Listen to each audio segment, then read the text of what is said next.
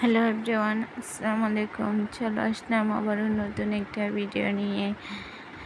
আশা করি সবাই ভালো আছেন। আমি আল্লাহর রহমতে অনেক ভালো আছি।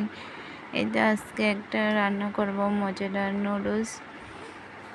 রান্না করার জন্য সব কিছু আমি কেটে কুটে নিয়েছি, পেঁয়াজ, টমেটো, কাঁচামরিচ।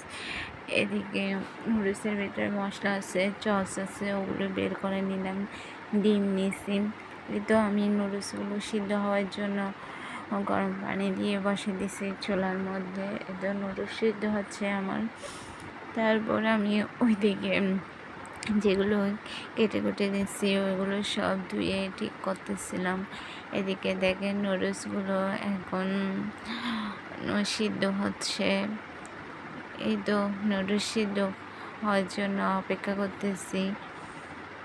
এই তো আমার নুডলস সিদ্ধ হওয়া শেষ। এখন আমি সব কিছু দিয়ে রান্না করে ফেললাম মজাদার একটা নুডলস।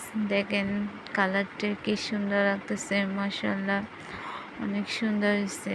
আজকে নুডলসটা আমি শুধু ডিম দিয়ে রান্না করছি, অনেক মজা হয়েছিল নুডলসটা খেতে, মাশাআল্লাহ। এইটা দেখেন আমার নুডলসের কালারটা কি সুন্দর হয়েছে।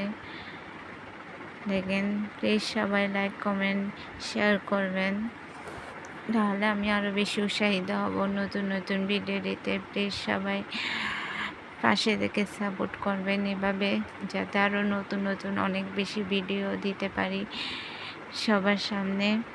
এই তো আমার নুডলস রান্না করা শেষ।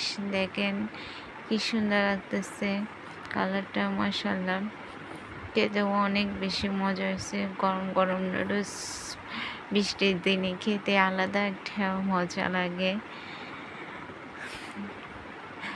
এই তো আমার নুডলস রান্না করা শেষ। এই নুডলসটা আসলে অনেক মজার ছিল, অনেক বেশি মজার। একদম এখানে সস থাকে, কখনো আগে এরকম মানে সস আছে এরকম একসাথে খাওয়া হয়নি, এই ফার্স্ট এরকম সস দিয়ে খাইছি, অনেক বেশি মজা লাগছে।